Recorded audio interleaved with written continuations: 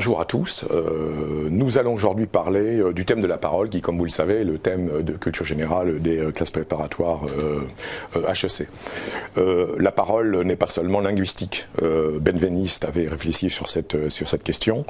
Il y a aussi dans la parole, sur ce thème, un enjeu culturel et social. C'est la raison pour laquelle nous allons aujourd'hui traiter 3 points qui sont la littérature de la parole, parole et société et parole et pouvoir. Vous pourrez réviser, réétudier, relire ces points dans le livre, l'un des ouvrages que Studirama a publié sur la parole, que j'ai réalisé avec Tony Brachet.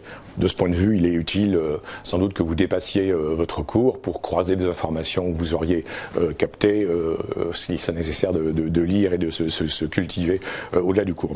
Alors, le premier aspect, le premier point que nous allons donc envisager, c'est la parole littéraire. Peut-être d'abord une première distinction entre le langage, au fond qui est une compétence, et la parole.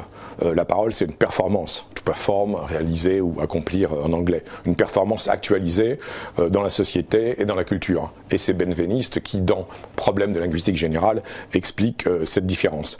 On parle d'abord, et on lit, et on écrit ensuite. D'ailleurs, les sociétés les plus anciennes ont été des sociétés sans écriture. L'ethnologue Lévi-Strauss l'avait, si vous voulez, remarqué. La parole, c'est essentiel, elle contribue au lien social, exactement comme les échanges de rôles, les échanges de biens.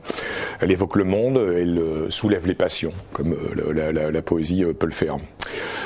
Se pose un débat qui est le suivant dans cette partie, la parole littéraire, c'est la parole ou l'écriture. Comment évaluer, si vous voulez, les deux.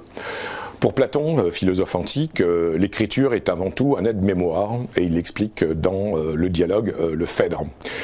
C'est un aide-mémoire et c'est une manière de conserver, si vous en faites la connaissance, et Platon juge l'écriture inférieure à la parole vivante. La parole vivante, par le dialogue notamment, dans l'espace public, elle rend possible l'expérience politique dans l'espace commun.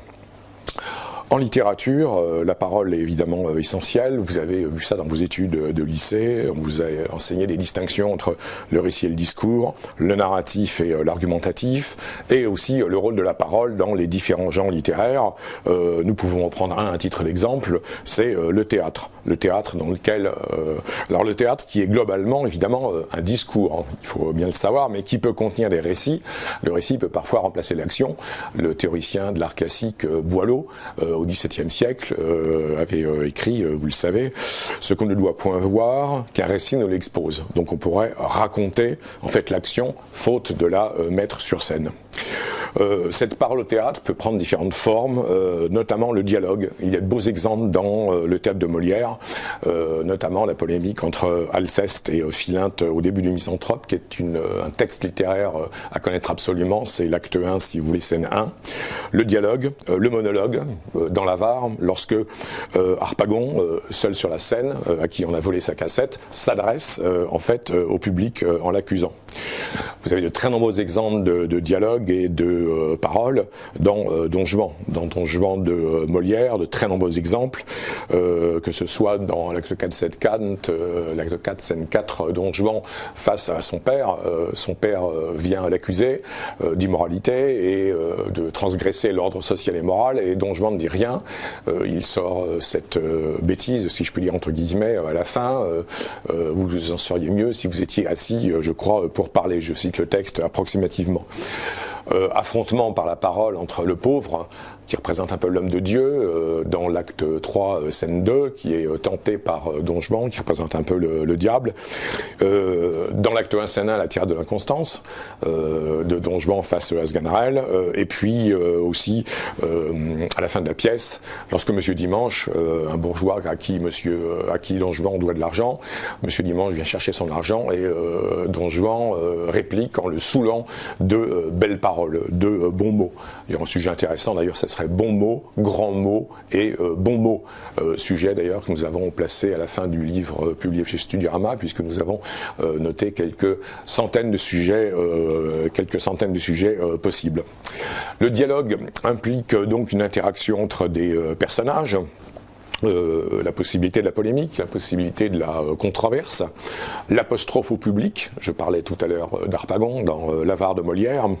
Je citerai Rabelais aussi dans le prologue de Gargantua qui va... vous savez que les livres de Rabelais étaient vendus sur des foires et les camelots haranguaient le public pour faire la réclame, qui d'ailleurs est un mot du 19e mais pas du Moyen-Âge, d'ailleurs peu importe, pour en fait vanter le livre. Et Rabelais apostrophe le public de cette façon, d'une manière assez irrévérencieuse: buveur très illustre et vérolais très précieux. Et c'est là qu'il commence en fait le prologue. Donc des formes, vous voyez, comme le dialogue ou le monologue. Il y a un point également dans le domaine littéraire à ne pas oublier, ce sont les mouvements littéraires. Les mouvements littéraires, alors c'est différent des registres et des tonalités, comme vous le savez. Les registres et les tonalités, c'est le comique, le tragique, le pathétique, l'oratoire, l'épique. Là, ça n'a rien à voir. Les mouvements littéraires, c'est une donnée, si vous voulez, historique. Donc, dans l'histoire littéraire, dans les doctrines littéraires, qu'a-t-on dit de la parole? Disons 2-3 points, simplement pour simplifier. Pour les classiques au XVIIe siècle, je citais Boileau il y a quelques minutes, dans l'art poétique, la parole est l'expression rationnelle de la pensée. Il faut être clair, hein. Si l'expression est claire, la pensée est claire, hein. Ce que l'on conçoit bien, dit Boileau, s'énonce clairement, et les mots pour le dire arrivent aisément. C'est ce qu'il explique dans l'art poétique, 1674, qui est une charte de l'art classique. Mais tout le monde n'est pas d'accord, et inversement, au XVIIIe siècle, la littérature, ce que j'appellerais la littérature de la sensibilité, que l'on voit en particulier, si vous voulez, chez Rousseau, a mis l'accent sur la faiblesse de la parole. Rousseau est convaincu que la sensibilité est dégradée par les mots. D'où une critique très virulente qu'il fait de la rhétorique dans l'un de ses discours, le premier discours, le discours sur les sciences et les arts, en 1750. Où il écrit ce texte que nous appelons la prosopopée de Fabricius. La prosopopée est une figure de style qui consiste à donner à un défunt la parole. Et Fabricius juge la rhétorique antique, si vous voulez, en fait, inauthentique. Manquant de vertu et manquant de morale. Évidemment, Fabricius est le porte-parole de Rousseau, vous l'aurez compris. Pour autant, tous les romantiques ne contestent pas la parole et sa valeur, puisque globalement, au XIXe siècle, qui est le grand siècle romantique, qui est le grand siècle des écrivains engagés, l'idée est développée de la force de la parole par le discours, en particulier par les discours politiques, illustrés par Chateaubriand, illustrés par Hugo, qui sont à la fois des orateurs, des historiens, des romanciers, et aussi des hommes politiques. Le discours politique au XIXe siècle étant un discours littéraire, dans lequel on veut, notamment en 1830 ou au moment de la Révolution de 1848, parler au nom du peuple, on veut faire parler le peuple, on veut parler au peuple, et on veut parler aussi du peuple, prendre le peuple, si vous voulez, en fait, comme sujet. Donc cela est vrai au XIXe siècle dans le domaine des discours politiques. C'est vrai aussi en fait en poésie. Hugo insiste sur la force divine de la parole, le caractère divin de la parole. Il explique que le verbe c'est Dieu, tout parle et tout communique dans la nature. Il développe ce point de vue en particulier dans le recueil des Contemplations. Nous parlerons ainsi du spiritualisme ou de l'animisme de Hugo, puisqu'au fond, la parole, ce serait l'âme du monde. Tout parle et tout communique dans la nature. Je me rappelle un poème extrait des Châtiments qui s'appelle Stella, où on voit à la fois les plantes, les êtres humains, les animaux, les étoiles, le ciel, parler et communiquer. Bien, donc dans le discours politique, en poésie, mais aussi au XIXe siècle, toujours le rôle de la parole, dans le roman. Le XIXe siècle, c'est le siècle des grandes tirades dans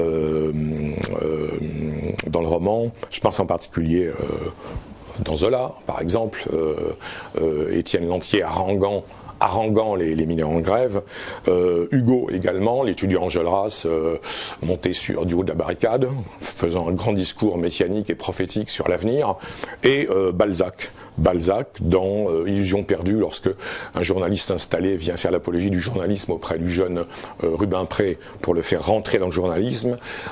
Également Le Père Goriot, dans lequel Vautrin, ex-bagnard, essaye de, entre guillemets, manipuler Rastignac pour lui proposer un marché criminel. Donc de très longs développements, une très longue rhétorique. Nous reviendrons tout à fait à la fin sur cette question de la rhétorique. Merci de nous avoir écoutés.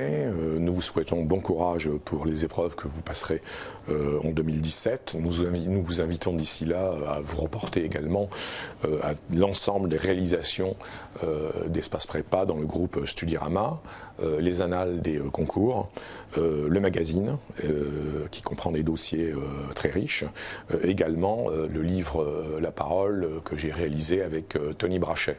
Merci.